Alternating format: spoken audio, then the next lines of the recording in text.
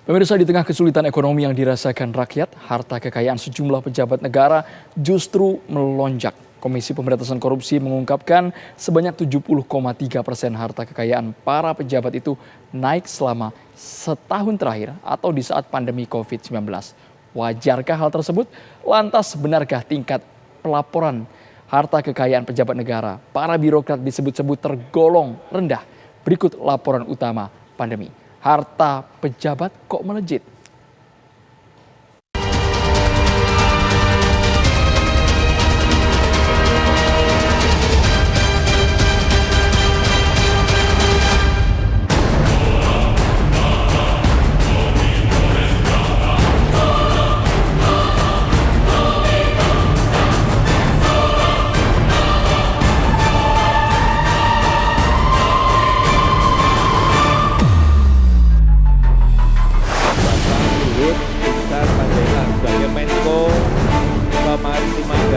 Ironi, mungkin adalah kata yang tepat untuk menggambarkan kondisi tatkala kekayaan sejumlah pejabat negara melejit di kala pandemi. Namun di sisi lain, perekonomian yang terpuruk membuat jumlah angka penduduk miskin Indonesia kian bertambah. Adalah Komisi Pemberantasan Korupsi KPK yang mengungkap fakta sebanyak 70,3% harta kekayaan para pejabat negara naik selama setahun terakhir atau di masa pandemi COVID-19. Mulai dari Presiden Joko Widodo, Menko Maritim dan Investasi Luhut Binsar Panjaitan, Menteri Agama Yahud Khalil Humas, hingga Wakil Menteri BUMN Kartika Wirjoatmojo. Perubahan harta kekayaan, baik itu peningkatan ataupun penurunan jumlah harta, mungkin terjadi. Ada beberapa faktor yang dapat menyebabkan terjadinya peningkatan ataupun penurunan jumlah harta kekayaan.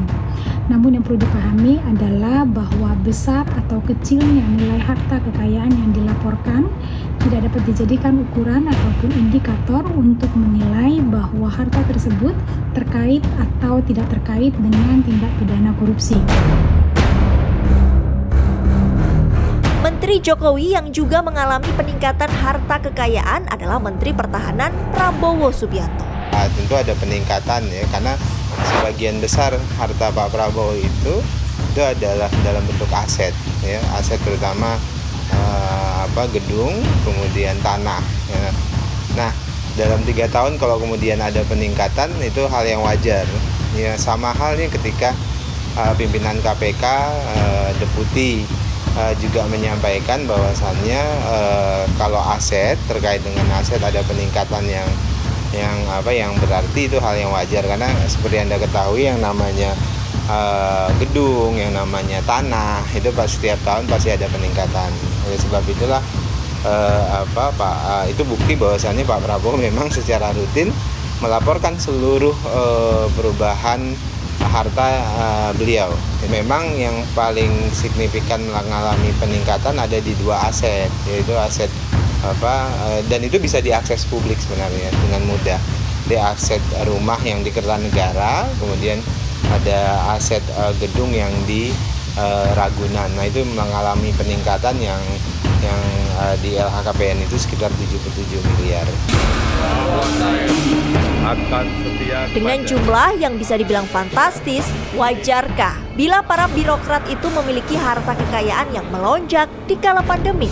Kekayaan bisa naik, bisa turun, bukan hanya saat pandemi, tapi bisa kapan saja. Krisis juga seringkali memunculkan orang kaya baru, dan ini adalah sesuatu yang sangat natural. Nilai aset tanah dan bangunan misalnya, itu bisa naik dalam setahun belakangan. Dan ini adalah sebuah mekanisme pasar. Kita tidak bisa kontrol. Namun, dalam kasus pejabat negara, semua harus melaporkan. Ini yang terpenting. Transparan dan terbuka. Bak 2 sisi mata uang. Dikala sejumlah pejabat negara bergelimang harta, Badan Pusat Statistik justru mencatat jumlah penduduk miskin pada Maret 2021 mencapai 27,54 juta orang. Jumlah ini menurun tipis dibandingkan September 2020. Namun jika dibandingkan pada Maret 2020, jumlah penduduk miskin naik 1,12 juta orang. Jadi pejabat kaya itu nggak dilarang gitu ya. Termasuk pejabat kalau hartanya meningkat pun juga nggak ada yang melarang ya. Tidak ada undang-undang yang melarang pejabat untuk kaya dan bertambah aset-aset kekayaannya. Tetapi masyarakat juga boleh dong bertanya ya, publik boleh bertanya ya, kenapa sih aset-aset para pejabat ini atau kekayaan para pejabat ini meningkat di masa pandemik ya. Padahal kalau kita lihat data BPS 20 Maret ya, Maret ke Maret 2021 itu justru tingkat kemiskinan bertambah ya 1 juta orang. Nah, ini kan satu paradoks ya, satu ironis di tengah masyarakat miskin meningkat ya, sementara kekayaan pejabat bertambah. Nah, sehingga ini wajar menurut saya kalau publik bertanya-tanya dari mana sumber penambahan kekayaan para pejabat tersebut di masa pandemi ini. Tak hanya soal kenaikan harta kekayaan para pejabat yang menjadi sorotan. Rupanya, tingkat kesadaran para pemangku kebijakan itu dalam melaporkan perubahan asetnya juga tergolong rendah. Benarkah? Lantas adakah sanksi bagi para pejabat negara yang kerap alpa menyerahkan LHKPN? Sebagai instrumen penting dalam pencegahan korupsi, KPK mengimbau kepada para penyelenggara negara untuk memenuhi kewajiban LHKPN-nya secara periodik dengan mengedepankan prinsip-prinsip transparansi, akuntabilitas, dan juga kejujuran. Kami mengapresiasi para penyelenggara negara yang telah patuh memenuhi kewajiban LHKPN-nya secara jujur, benar, dan lengkap. Dan sebagai wajib lapor, para penyelenggara negara terikat kewajiban untuk menyampaikan LHKPN sebelum dan setelah menjabat. Pelanggaran atas kewajiban ini dikenakan sanksi administratif sebagaimana ketentuan peraturan perundang-undangan yang berlaku. Sebagai pejabat publik harusnya transparan itu menjadi satu kewajiban yang mereka berani untuk mengungkapkannya. Sebagai seorang pejabat publik ya, mereka harus berani transparan dari mana kekayaannya, berapa banyak kekayaannya ya. Sebab kalau kita lihat dari kajian-kajian ya, tentunya akumulasi kekayaan para pejabat-pejabat negara ya itu banyak yang bersumber dari posisi yang dimilikinya itu. Memiliki harta berlimpah mungkin bukan hal yang aneh bagi para pejabat negara, selama tak menyalahgunakan uang rakyat demi memperkaya diri sendiri.